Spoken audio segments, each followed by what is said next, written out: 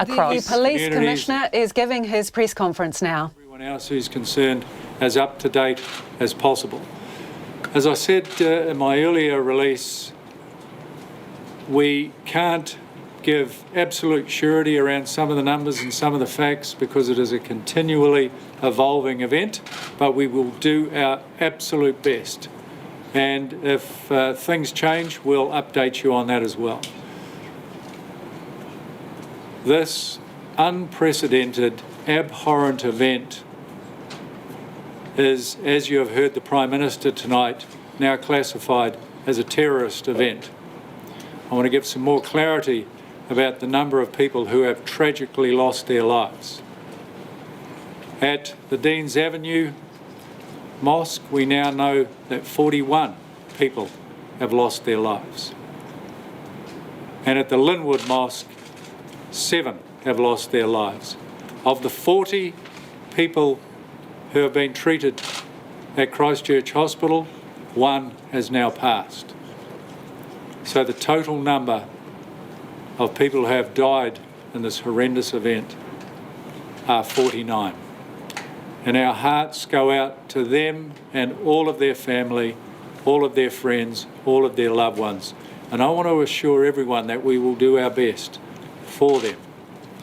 And at the end I will talk about and give you the 0800 number so that people can contact us to get more information about those who have died and some surrounding circumstance. I would like to also add that so far one person, a male in his late 20s, has been charged with murder and should appear in the Christchurch court tomorrow morning. 3 other people were apprehended. We believe one of those persons who was armed and was at the scene may have had nothing to do with this incident. And the 2 other people that have been apprehended, again in possession of firearms in the general environment, we are working through to understand what their involvement is. We have recovered a number of firearms from both of the scenes, Linwood Avenue and Deans Avenue. I would like to assure everyone around New Zealand that every available police and emergency resource with our other government agencies and Defence Force are doing everything they can to keep our communities safe. We have had no other threats since we responded to this incident. We are working with a wide range of community to give support to everyone who needs it. We have staff around the country ensuring that everyone is kept safe, and that includes our armed defenders and special tactics groups right across the country being very vigilant and having a presence around all of our mosques to ensure nothing further occurs. As I said, this is a evolving situation. We will continue to bring you as much information as we possibly can. I will answer your questions in a minute if I can, but before I do, I would like to communicate the 0800 number for people to call for more information, especially around their loved ones. And that number is 0800 115 019. I would also like to commend, and some of you would have seen the brave actions on social media of police staff who responded to this incident.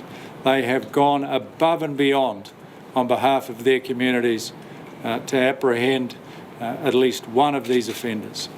So I take my hat off to all of my staff. I'm extremely proud of what they've done to date. Thank you. Why were these people not on a security watch list? Were they completely unknown to police? So that's a very good question. What I want to tell you right now is that we had no agency had any information about these people.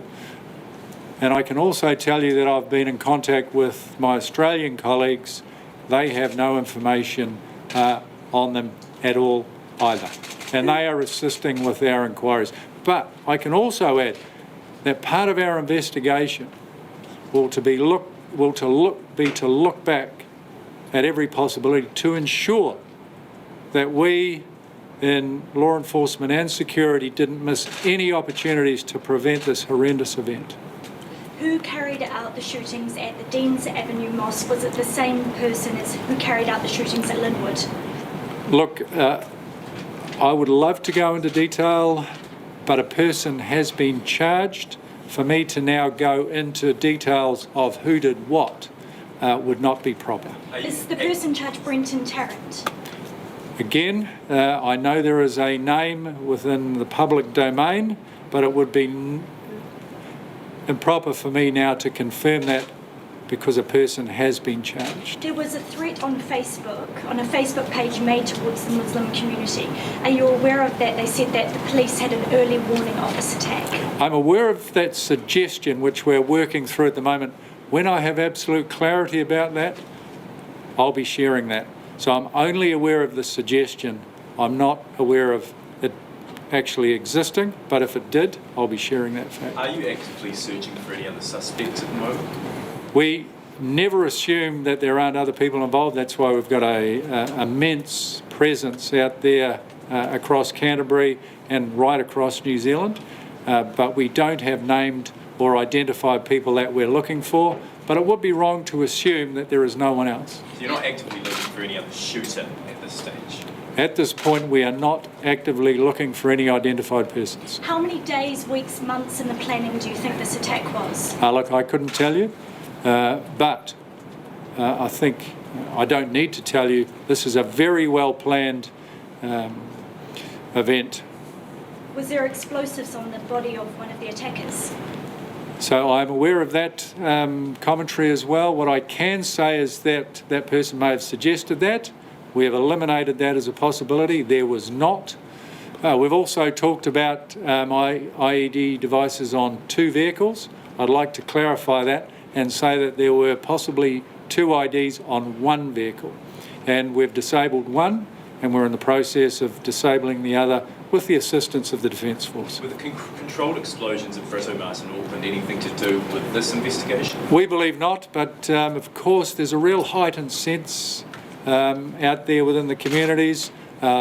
People are being very vigilant, and I congratulate them and encourage that.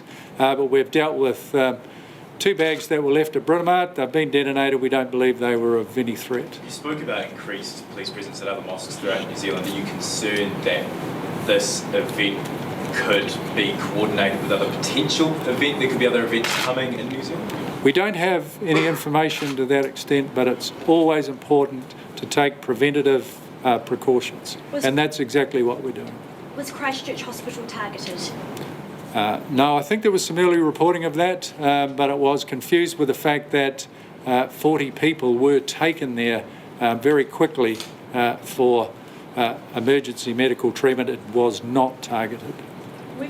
Obviously we're aware mosques are closed at the moment. We've heard also synagogues, that there was some advice that synagogues should close. Is that true? Are you aware of that? I'm not aware of that advice, but we're giving everyone advice to be very vigilant and take care of yourselves and report anything that you might find suspicious to us, so that we can respond immediately. We've also been told that police were aware that maybe there was sort of a suggestion that there could have been an attack planned for St Patrick's Day. I don't have any intelligence to that effect. So you aren't aware to what's happened? You aren't aware of what's happened in Christchurch being linked to anything else in the country at this stage? I don't have any intelligence to that effect.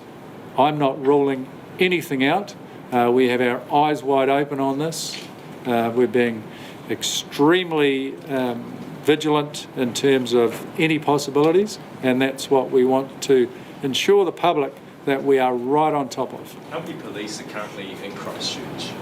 Well, they have a force of over 1,000. We're sending more. They should be there from Wellington now. Surrounding districts are sending staff. I would imagine that every one of those 1,000 staff wanting to help out on this operation. The Prime Minister said that the perpetrator held extremist views and this was published. how was he not, or she, not on the police's radar? Well, I think what the Prime Minister was referring to was what was published post 1:33 p.m. this afternoon. Thank you. Thank you, sir. Thank you very much. Thank you. That is the Police Commissioner Mike Bush wrapping up his press conference.